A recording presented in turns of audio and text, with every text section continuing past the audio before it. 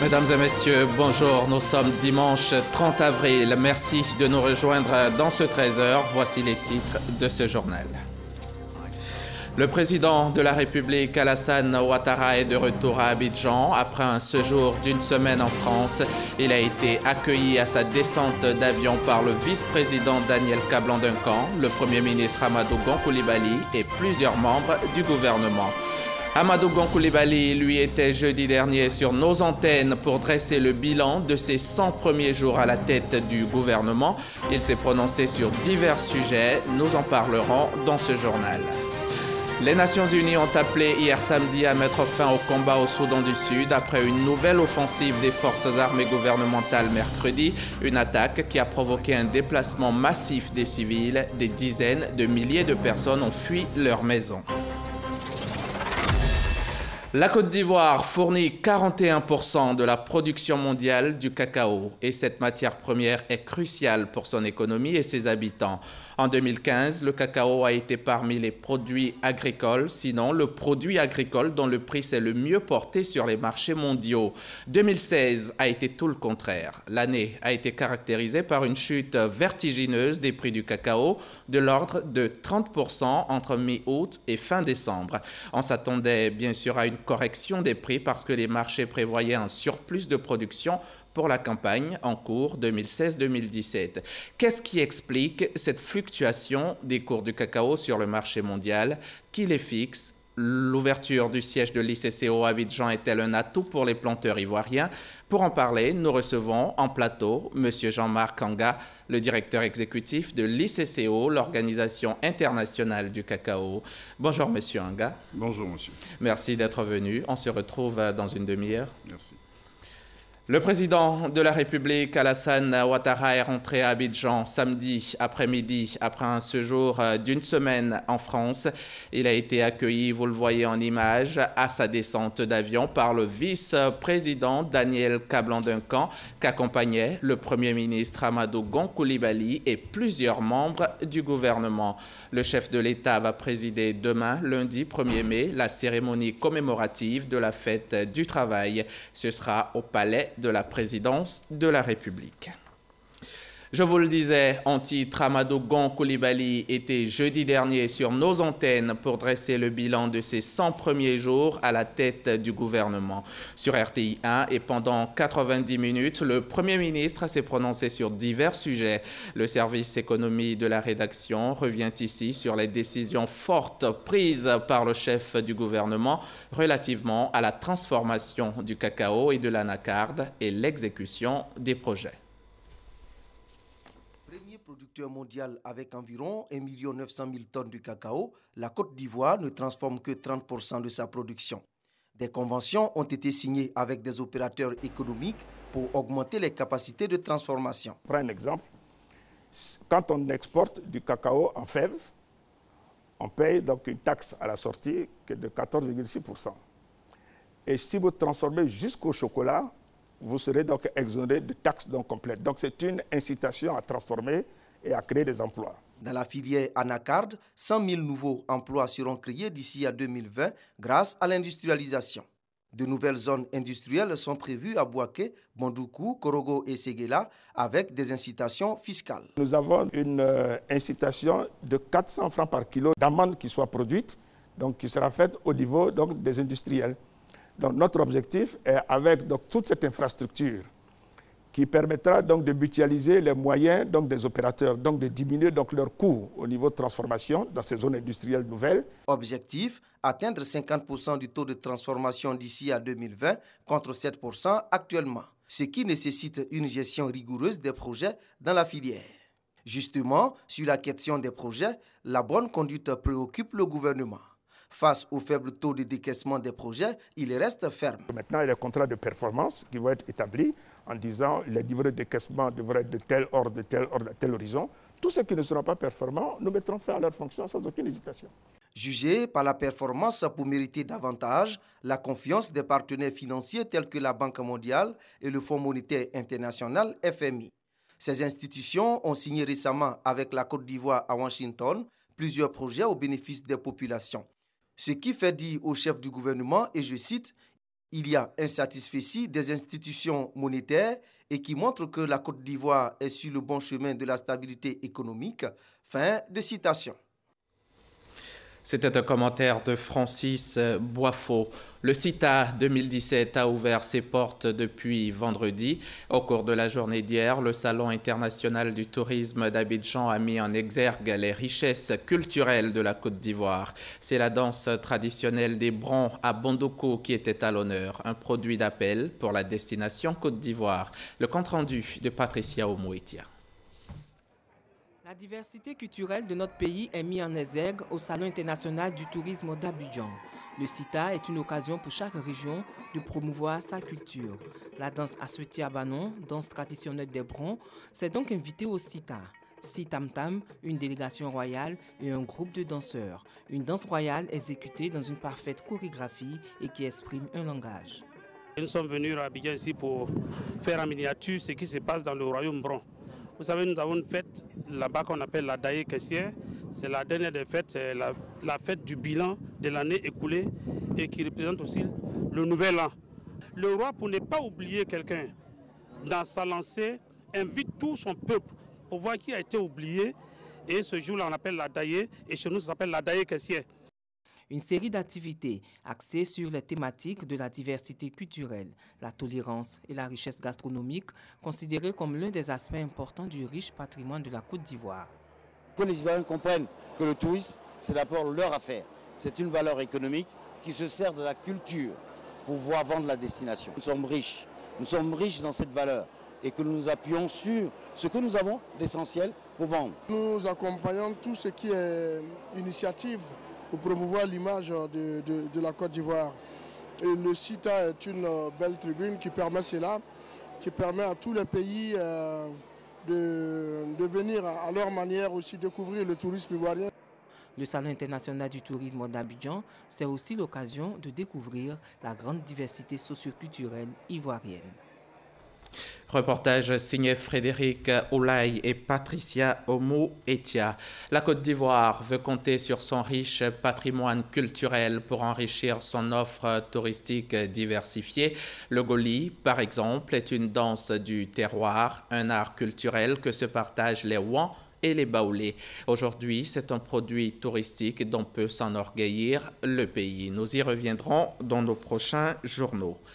Le village de Yopougon-Kouté, ici à Abidjan, était en fête hier samedi. C'était la célébration du troisième guerrier de la génération Tchagba. La génération Tchagba donc célébrait hier la cérémonie qui a réuni toute la communauté villageoise et leurs nombreux invités préparent ainsi la génération Tchagba à prendre le pouvoir dans 5 ans comme le veut la tradition en pays ébrié. Thomas Guessambi. Le village de Yopougon-Kouté, dans la commune de Yopougon, district d'Abidjan.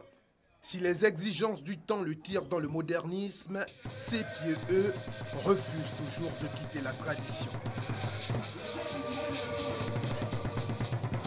La sortie du troisième guerrier de la génération Tchagba, catégorie Agban.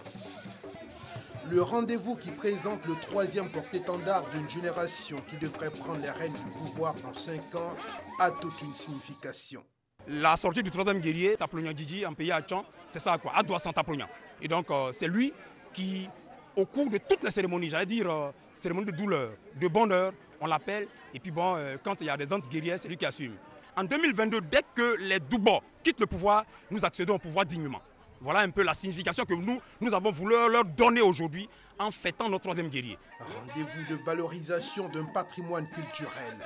Adama Diawara, parrain de la cérémonie, l'apprécie à sa juste valeur. Chaque région de la Côte d'Ivoire doit faire en sorte que les éléments caractéristiques de sa culture puissent continuer à vivre. De telle sorte, comme je l'ai dit, que la Côte d'Ivoire, au grand rendez-vous mondial culturel, la Côte d'Ivoire ait des éléments à faire valoir. Tel que justement ce qu'on vient de vivre en direct aujourd'hui, à savoir la sortie du guerrier de la génération Tchagba. La diversité ethnique et culturelle, une richesse inestimable dans laquelle la Côte d'Ivoire devrait puiser pour sa cohésion et son ouverture sur le reste du monde. C'est le sentiment qui anime le chef du village. Professeur émérite Adama Diawara, qui est du Nord, là-bas, ce que nous connaissons en matière de culture, c'est le poro. Ici, c'est le taprognan. Mais les deux cultures ont le même trait. Pour l'ébrier, c'est s'affranchir. C'est désormais l'illustration qu'on est mature, qu'on est prêt à servir sa communauté, on est prêt à servir sa famille, on est prêt à servir sa patrie. C'est comme l'Ivoirien qui va sous les drapeaux. Ce rendez-vous culturel a été le lieu pour le village d'exprimer toute sa gratitude au chef de l'État pour le bitumage de ses voies et autres artères, le rendant ainsi enviable et envié. Les fonctionnaires et agents de l'État sont entrés en grève en novembre 2016, puis une nouvelle fois en janvier 2017. Plusieurs revendications ont été déposées sur la table du gouvernement. Des revendications dont la majorité sont à ce jour prises en compte afin qu'une issue heureuse et définitive soit trouvée à cette crise. D'où la mise sur pied d'un comité de négociation. Le point de ces échanges syndicats-gouvernement avec Grace Kando. Deux grèves ont secoué la Côte d'Ivoire en novembre 2016 et en janvier 2017. Les fonctionnaires et agents de l'État réclamaient de meilleures conditions de vie et de travail. Ils présentent au gouvernement 6 revendications. Pour dénouer la crise, plusieurs rencontres ont lieu. La première négociation entre syndicats et gouvernement ne trouve pas d'issue heureuse. Les rencontres vont se succéder. La 4e réunion ouvre enfin de bonnes perspectives. Les deux parties s'accordent sur la réforme de la pension de retraite, l'intégration des journaliers à la fonction publique, le paiement de la bonification indiciaire de 150 points et le respect des libertés syndicales. 2 points font toujours l'objet de discussions. Un comité de négociation composé de 8 membres du gouvernement et de la société civile a été mis sur pied pour trouver une solution aux 2 points de désaccord. Il reste la question des impôts sur le salaire. Les fonctionnaires souhaitent qu'on réduise un peu les impôts sur les salaires, notamment la contribution nationale qu'ils estiment être inutile sur les salaires. La question qui cristallise aujourd'hui les passions, c'est la question du stock des arriérés qui vaut environ 249 milliards, selon les calculs faits par le gouvernement. Donc c'est sur cette question que nous sommes aujourd'hui. Nous attendons que ce 1er mai-là, tout le monde sorte heureux avec, n'est-ce pas, le discours, comme il a fait en 2015 pour le déblocage des avancements. Nous attendons que cette année encore, ils disent le discours qui, n'est-ce pas, guérisse. Nous travaillons à ce que tous ces problèmes-là trouvent solution avec le gouvernement. Nous espérons qu'une solution sera trouvée à cette situation qui perdure déjà. Que les négociations qui sont engagées aboutissent avec la compréhension des uns et des autres, parce que nous sommes tous Ivoiriens, on est dans notre pays, on n'en a pas 2, et nous souhaitons que ce pays connaisse la paix et la tranquillité afin de poursuivre son développement. En ce qui concerne le stock des arriérés, le gouvernement propose un programme immobilier au profit des fonctionnaires au lieu et place du paiement en numéraire, alors que la plateforme nationale des organisations professionnelles du secteur public de Côte d'Ivoire souhaite un échéancier de paiement. Pour arriver à une paix durable et réduire les grèves intempestives, gouvernement et syndicats prévoient une trêve sociale. Le ministre de l'Emploi et de la Protection sociale porte à la connaissance des populations vivant en Côte d'Ivoire qu'en application de l'article 24.2 de la loi numéro 2015-532 du 20 juillet 2015 portant Code du travail, le lundi 1er mai 2017, jour de la fête du travail est déclaré jour férié, chômé et payé sur toute l'étendue du territoire national, signé des mains du ministre Jean-Claude Kouassi. Rendons-nous à présent dans la région du Tonkouy où les populations ont organisé récemment une journée d'hommage et de reconnaissance au président de la République Alassane Ouattara pour toutes ses actions en faveur de la région. Organisée à l'initiative du vice-président de l'Assemblée nationale, député de Mans aux préfectures Siki Blanc-Blaise, cette cérémonie a été l'occasion pour les populations du Tonkouy de réaffirmer leur soutien au chef de l'État, Abou Sanogo. C'est à la place de la mairie de Mans que les populations venues des départements de Sipilou, Biankouma, Zouaounié et Mans se sont mobilisées pour rendre hommage au président de la République Alassane Ouattara. Il s'agissait pour elles de lui exprimer leur reconnaissance pour ses actions en faveur de leur région. Une cérémonie organisée par le député Siki Blom-Blaise, vice-président de l'Assemblée nationale, soutenu par le secrétaire d'État chargé de l'enseignement technique et de la formation professionnelle Mamadou Touri, représentant le président de la République. Au président Alassane Ouattara, je lui offre toute ma disponibilité. Je lui offre tout mon engagement auprès de mes parents pour qu'en rang serré, nous puissions travailler pour établir l'ordre fraternel avec le président Alassane Ouattara. Touré Mamadou a salué l'initiative du vice-président de l'Assemblée nationale, Siki Blom-Blaise, député de Mans sous-préfecture Sanguiné. Vous êtes un leader de cette région. Le chef de l'État vous exhorte à continuer à unir l'ensemble des filles et des fils de cette région. Parce que l'héritage qu'il voudrait laisser à la Côte d'Ivoire, lui et son frère Nkouna Bédié, c'est une Côte d'Ivoire de paix et de stabilité. Mais cela passe aussi par la paix entre les cadres. Cela passe aussi par l'union entre les cadres. Mans ne pourra profiter véritablement de tout ce que le président fait que si Mans est uni à travers ses enfants et à travers ses cadres. Saisissant l'occasion, les chefs cantons du Tonkoui ont réaffirmé leur soutien au président de la République. Commençons le chapitre santé de ce journal par un chiffre, 588. C'est le nombre exact de personnes dialysées en Côte d'Ivoire. Le ministère de la Santé et de l'Hygiène publique, à travers la direction de la coordination du Programme national de prévention des maladies métaboliques, a organisé récemment une journée de dépistage précoce des maladies pouvant impacter sur le rein. Ce sont entre autres l'hypertension, le diabète, l'obésité et autres pathologies. L'objectif est d'amener la population à se faire dépister pour une meilleure prise en charge de ces pathologies. Le témoignage d'Astou Touré dans nos prochains journaux. Direction Yopougon sur la place Fik Gayo. C'est le lieu choisi par le ministère de la Santé et de l'Hygiène publique pour le lancement de la première étape de la caravane de l'alimentation et de la santé. Une initiative qui, selon le ministère, vise à rapprocher les soins de santé des populations et cela à moindre coût. Les précisions de Sita Soro. Depuis quelques jours, Jeannette a des problèmes de santé.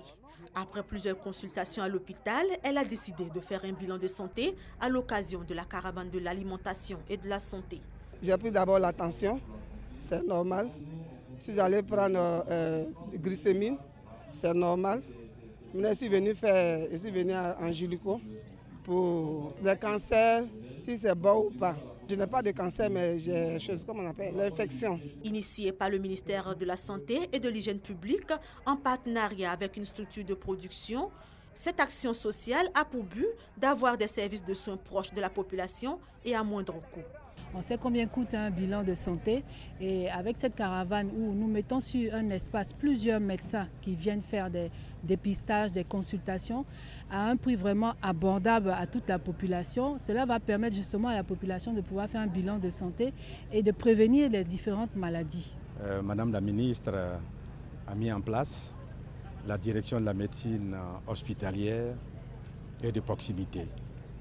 Simplement pour assurer non seulement la promotion des activités de soins au niveau communautaire, mais faire en sorte d'assurer la disponibilité des soins adéquats à cette population et puis de faire en sorte que ces soins-là soient des soins de qualité. Environ 5000 personnes ont pris part à ces séances de consultation. En plus du dépistage des maladies telles que l'hypertension et le diabète, des services délocalisés de gynécologie, de dermatologie et de pédiatrie étaient également présents. Débutée dans la commune de Yopougon, la caravane de la santé et de l'alimentation va s'étendre les jours à venir aux autres communes du district d'Abidjan, puis aux villes de l'intérieur du pays. Venons-en à présent à ce cas insolite. Un bébé né il y a 10 mois avec une malformation congénitale, avec 4 pieds, dont 2 dans le dos. Mais cela est aujourd'hui un lointain souvenir. L'enfant est soulagé, il est devenu un bébé normal et il va bien. Cela grâce à l'intervention de l'ONG Children's Hope Côte d'Ivoire, spécialisée dans les évacuations sanitaires d'enfants malades aux États-Unis d'Amérique. Le reportage est de Francis Boifo, mais attention, séquence choc. L'opération est un succès. Il a fallu 6 heures à 5 chirurgiens américains pour retirer le jumeau parasite qui a failli emporter ce bébé. Dominique Abolo est né avec 4 jambes et 2 colonnes vertébrales. Grâce à l'ONG Children Hope Côte d'Ivoire et ses partenaires, ce bébé de 10 mois a retrouvé toutes ses facultés, donc le sourire. Dominique Abolo est de retour des États-Unis d'Amérique après 2 mois de prise en charge médicale. Ses parents, très inquiets lorsqu'elle devait s'envoler pour les soins, retrouvent leur fille avec 2 jambes normales et non 4.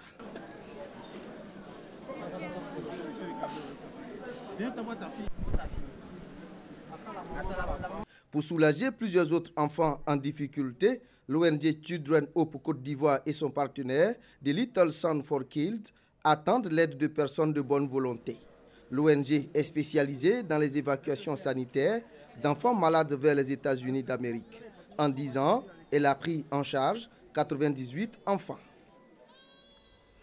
Le maire de Ouangolodougou veut inscrire sa ville dans la vision d'émergence prônée par le chef de l'État.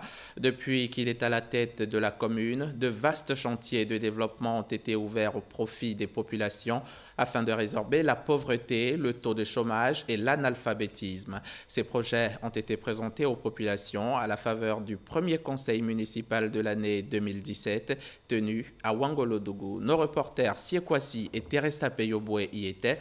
Voici leur compte-rendu. Ouangolodougou est située au nord de la Côte d'Ivoire. C'est une ville commerçante et ville carrefour du fait de sa position stratégique à environ 200 km du Mali et à une demi-heure de la frontière du Burkina Faso.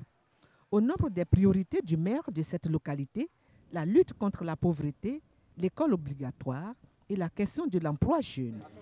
Ainsi, au cours de l'année 2016, de nombreux projets ont été ouverts à travers la commune afin de réduire les souffrances des populations. Il s'agit de l'éclairage du quartier Mossibougou, la construction de 2 bâtiments de 3 salles de classe, le reprofilage des pistes villageoises. Ajoutez à cela la distribution des vivres aux handicapés de Ouangolodougou. Le geste du maire est apprécié par les populations. Ça fait plus longtemps que nous attendons ça et vraiment on remercie le conseil municipal pour ce geste en faveur des handicapés de Ouangolodougou. Le maire de la ville veut désormais faire de sa commune la vitrine du Nord. Aujourd'hui, Ouangolo doit donner l'image vraiment de la Côte d'Ivoire. Parce que quand vous voyez, c'est vrai, on a 2 frontières, mais on a plusieurs frontières. Donc nos pays voisins rentrent ici. À travers Ouangolo, ils doivent savoir que vraiment, ils sont rentrés dans un pays qui est la Côte d'Ivoire, un pays qui se veut émergent à l'horizon 2020.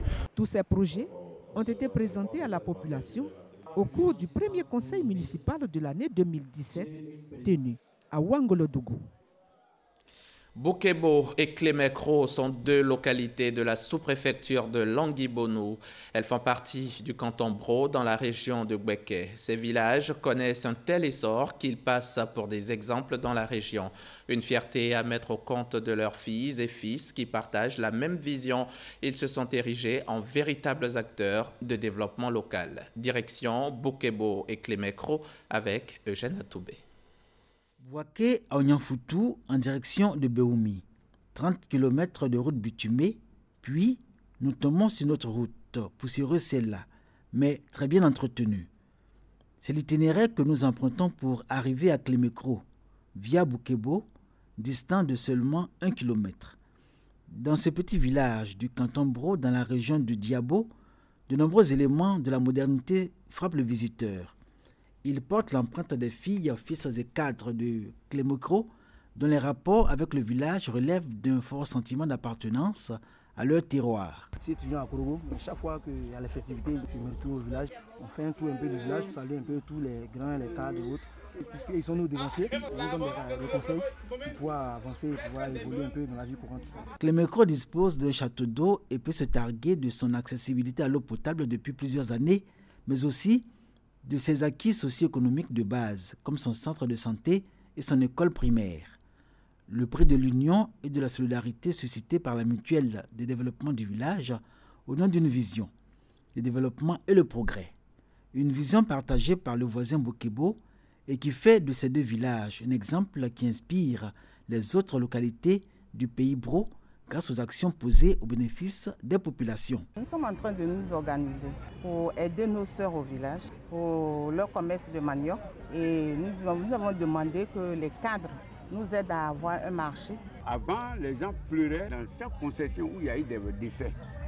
Et nous avons voulu qu'on ne sillonne pas toutes les concessions pour pleurer. Et il faut aller en un seul lieu. Et ce lieu, aujourd'hui, ça a fait un modèle que beaucoup de gens copient. Il faut féliciter le doyen Konansikan. Quand toutefois qu'on a émis l'idée, il vient et il apporte sa contribution financière. C'est au tour de Kwame Konansikan que les filles, fils des cadres de Boukebo et Clémicro ont fédéré leurs énergies. Aujourd'hui, ils se posent en sages conseillers et restent à leur entière disposition dans son engagement à œuvrer pour le sort de ce pays rural. Ancien temps, la poule s'avance, c'est positionné dessus. Maintenant, ce sont les canetons qui s'avancent, le canard même dessus. C'est pour conseiller aux enfants qu'ils soient unis, qu'ils travaillent bien avec leurs parents. Clémicro et Boukebo se positionnent comme des villages de référence dans le canton Bro. Ils inscrivent leurs marches respectives dans un enjeu majeur, celui de l'érection en chef-lieu de sous-préfecture. En bref et en images, les Nations Unies ont appelé samedi 29 avril à mettre fin au combat au Soudan du Sud. Après une nouvelle offensive des forces armées gouvernementales mercredi dans ce pays ravagé par la guerre civile depuis 2013.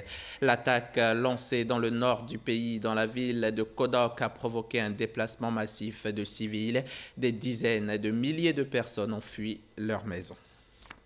En visite en Égypte pour promouvoir la paix entre musulmans et chrétiens, le pape François a célébré hier samedi une messe solennelle devant des milliers de personnes dans un stade placé sous haute surveillance dans la banlieue du Caire. 25 000 fidèles selon le Vatican, du jamais vu en Égypte et une organisation impressionnante.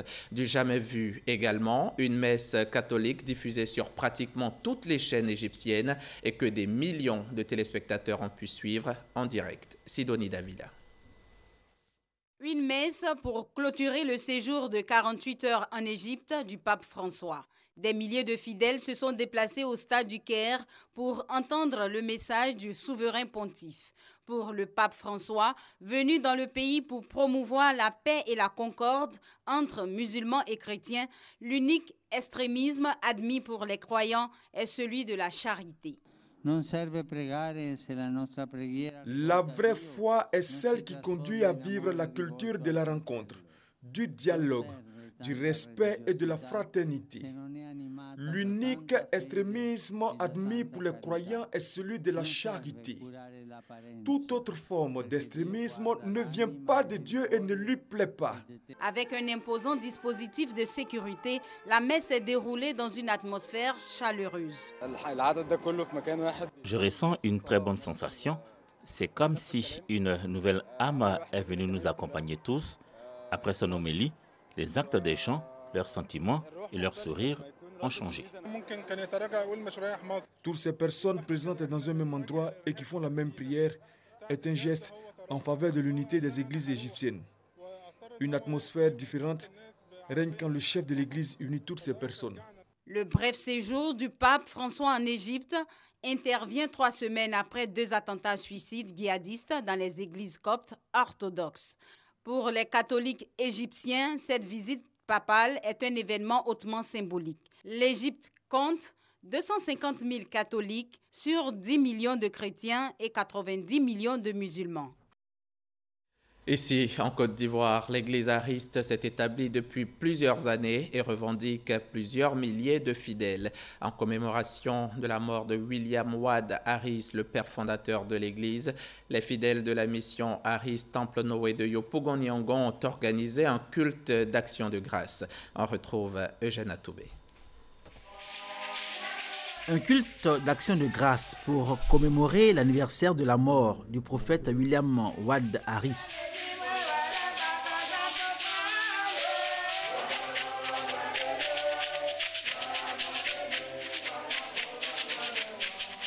Les fidèles de l'église du Christ Mission Harris Temple Noé de Yopougon-Niangon ont prié pour le repos éternel de celui qui a permis à l'église ariste de s'établir durablement en Burnie par son action missionnaire. Cette prière en la mémoire du prophète William Wade Harris était aussi un moment d'édification de la foi des fidèles de cette église. Nous demandons aux Harris eux-mêmes de se réconcilier. Nous sommes plus de 2 millions de fidèles et des milliers d'églises. Aujourd'hui, c'est une communauté très forte. Parmi les invités, son Excellence Kouti, vice-consul de l'ambassade du Libéria où naquit en 1865 le prophète William Harris Wade. Sa mission d'évangélisation commence dans les années 1910, marquée surtout par une exhortation à abandonner les fétiches et les faux dieux pour prier, dit-il, le Dieu de la Bible. On connaît d'abord la valeur de l'Église et encore on prie Dieu que l'Église Harris qui est ici en Côte d'Ivoire soit multipliée et la paix vient entre eux et encore pour le Libéria, la Côte d'Ivoire. William Harris Wade aura légué à la mission Harris de Côte d'Ivoire et à la mission Harris universelle des valeurs telles que la culture de la paix, l'ouverture sur l'autre et le vivre ensemble. Des valeurs que toutes les églises Harris en Côte d'Ivoire enseignent et promeuvent. Depuis la fin du mois d'août 2016, les prix du cacao suivent une courbe descendante sur le marché international. Après la baisse du mois de décembre 2016, les mois de février et mars 2017 viennent à nouveau de montrer la mauvaise santé du marché mondial de l'or brun. La moyenne générale montre que la baisse est d'au moins 30% sur le marché international. Pour en parler, nous avons en plateau aujourd'hui Jean-Marc Anga, le directeur exécutif de l'ICCO. Bonjour, Monsieur Anga. Bonjour, monsieur. Je vous propose d'abord de suivre cet élément. C'est sur les marchés boursiers de Londres et de New York que sont fixés les cours mondiaux du cacao. Londres pour les fèves produites en Afrique subsaharienne et New York pour celles provenant de l'Amérique du Sud. Les acteurs du marché se donnent rendez-vous lors des 5 sessions annuelles de livraison des produits, à savoir les mois de mars, mai, juillet, septembre et décembre. Pour chaque session, le prix arrêté est fonction de la disponibilité du produit. Si les prévisions font état de rupture de la production à une période donnée, les prix flambent. En cas de surproduction, les prix chutent, comme c'est le cas actuellement. Les marchés avaient observé un excès de production de plus de 250 000 de tonnes. Ça, c'est les plus grands surplus de cacao que nous avons recordés depuis le début des rares statistiques sur le marché du cacao. Une fois fixé sur le marché mondial, le prix de commercialisation du cacao peut varier d'un pays à un autre.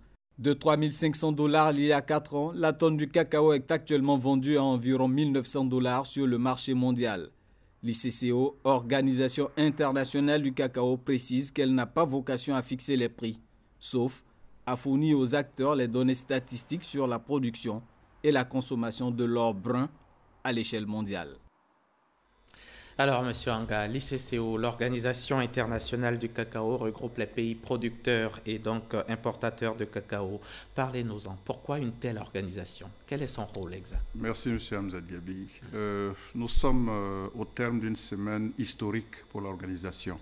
Et avant d'aborder le thème de votre question, permettez-moi d'adresser la gratitude infinie de l'ICCO et de ses pays membres à la Côte d'Ivoire, à commencer par le premier d'entre nous, son Excellence Monsieur le Président de la République, Alassane Ouattara, à son Premier ministre, Monsieur le Vice-président, et tous les ministres successifs, Koulibaly Sangafoua, Jean-Louis Billon, Marcela Montano et Souleymane Diarra-Souba qui nous ont aidés. Tout le gouvernement. Absolument. Alors, à quoi sert l'ICCO exactement? Alors, pour la petite histoire, il faut remonter dans les années 60.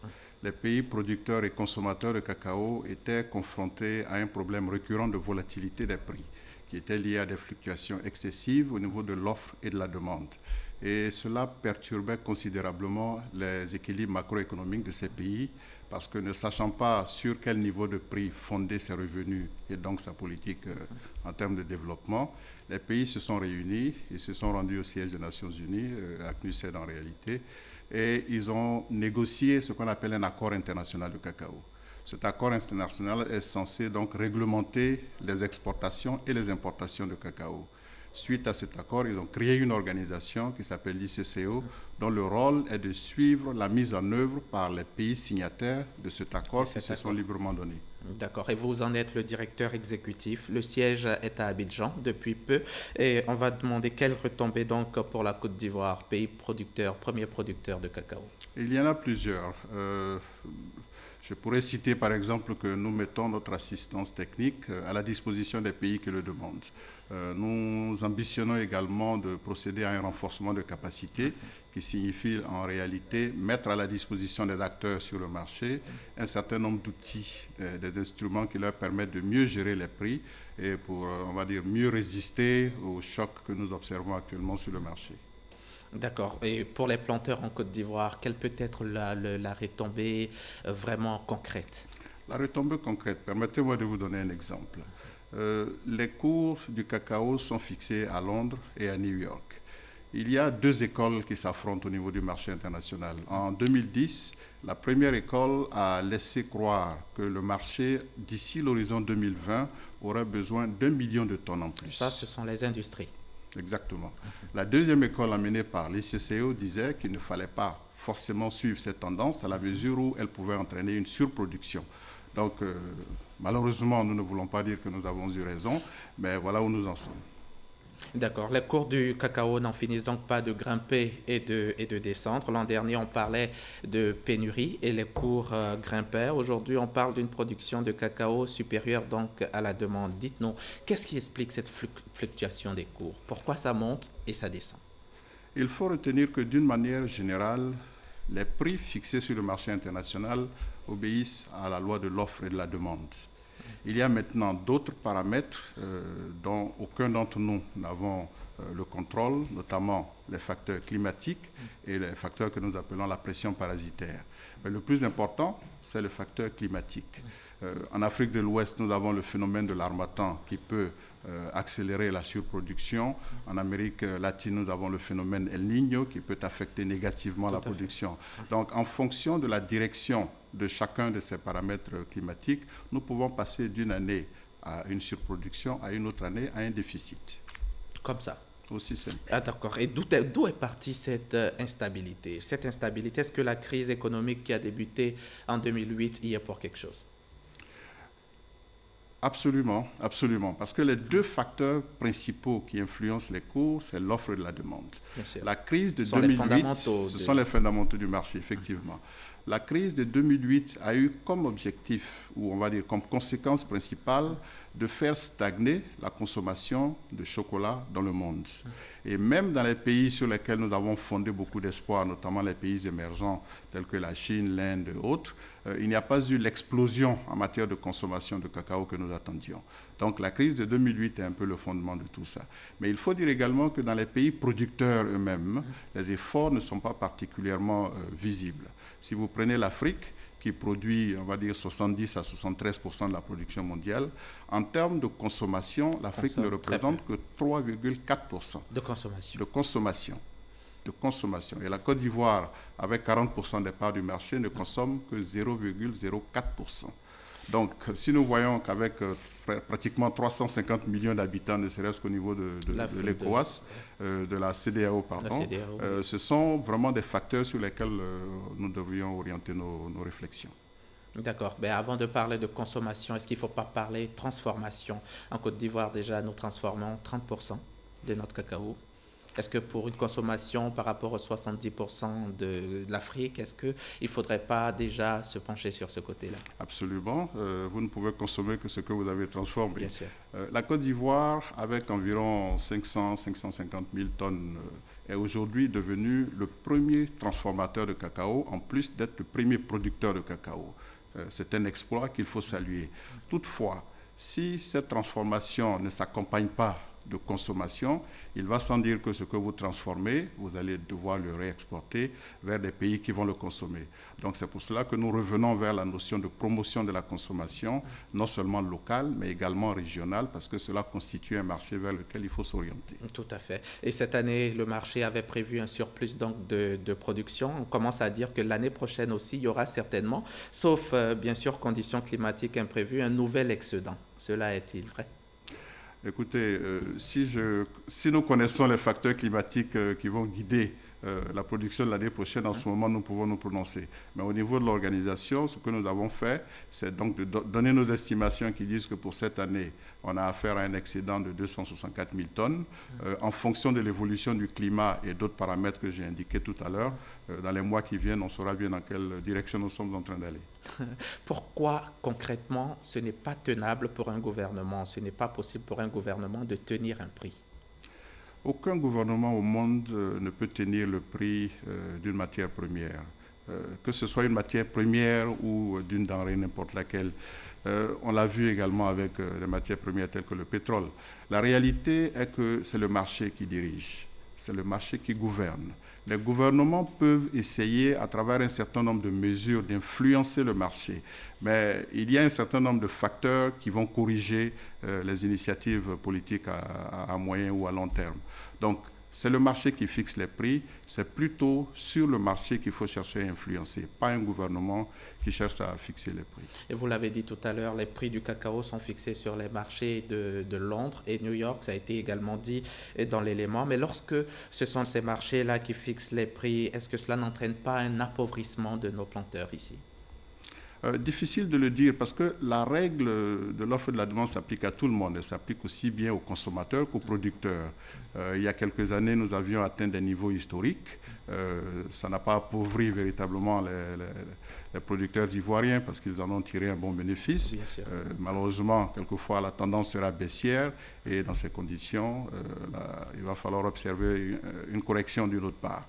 Je puis vous dire qu'à ce sujet, l'une des recommandations principales de la réunion de haut niveau que nous avons eue la semaine dernière, c'est que les pays producteurs puissent envisager de créer une bourse de cacao dans un pays producteur. Est-ce que cela va changer la donne fondamentalement? Ça reste à voir. Je sais qu'ici en Côte d'Ivoire, l'État a pensé à mettre en place un fonds de réserve pour que le prix soit stable. Alors qu'est-ce qui n'a pas marché? Je ne voudrais pas me prononcer sur ce qui est fondamentalement la politique intérieure de la Côte d'Ivoire.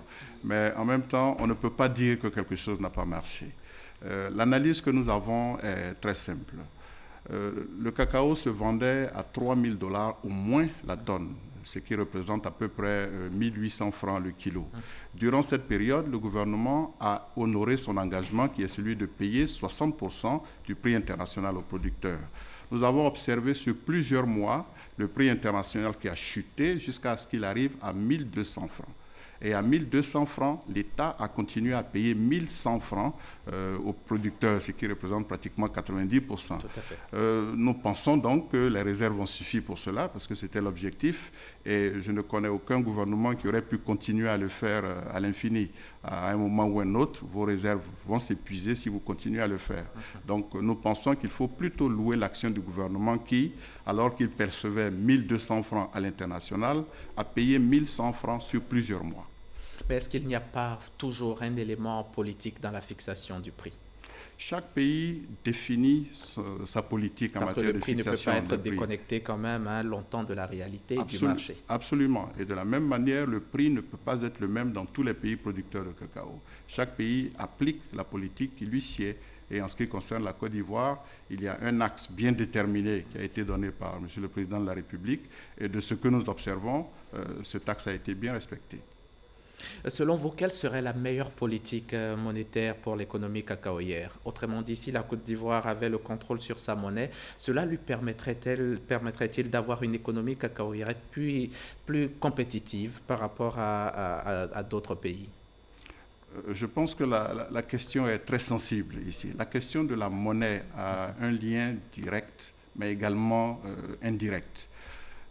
La bourse de Londres fonctionne avec des contrats qui sont libellés en livres sterling. La bourse de New York fonctionne avec des contrats libellés en dollars. Donc, si d'aventure les pays producteurs décident de créer leur propre bourse qui commercialiserait donc leur cacao, ils vont devoir définir les contrats et la monnaie dans laquelle ces contrats sont libellés. C'est une autre une autre réflexion qui va devoir Nous allons terminer, Monsieur le Directeur. Pour sauver la filière, je sais que les pays producteurs de cacao ont profité de la 95e session donc, du Conseil international du cacao qui a eu lieu ici à Abidjan du 24 au 28 avril dernier pour plancher sur la chute continue des cours de cette culture de rente. Quelles ont été les recommandations?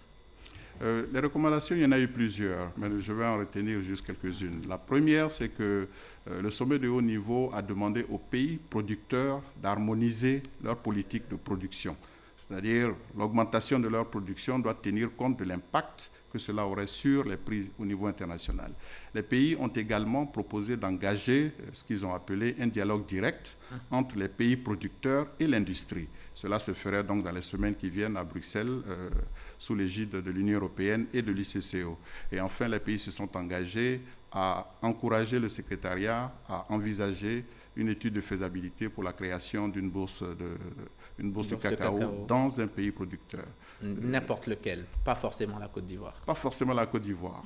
Le message est très clair à ce niveau. Merci. Merci beaucoup, Monsieur Anga, d'avoir répondu donc à notre invitation. Jean-Marc Anga, directeur exécutif de l'ICCO, l'Organisation internationale du cacao. Quant à vous, chers téléspectateurs, merci de votre aimable attention. En Côte d'Ivoire, c'est beaucoup plus. 40% des recettes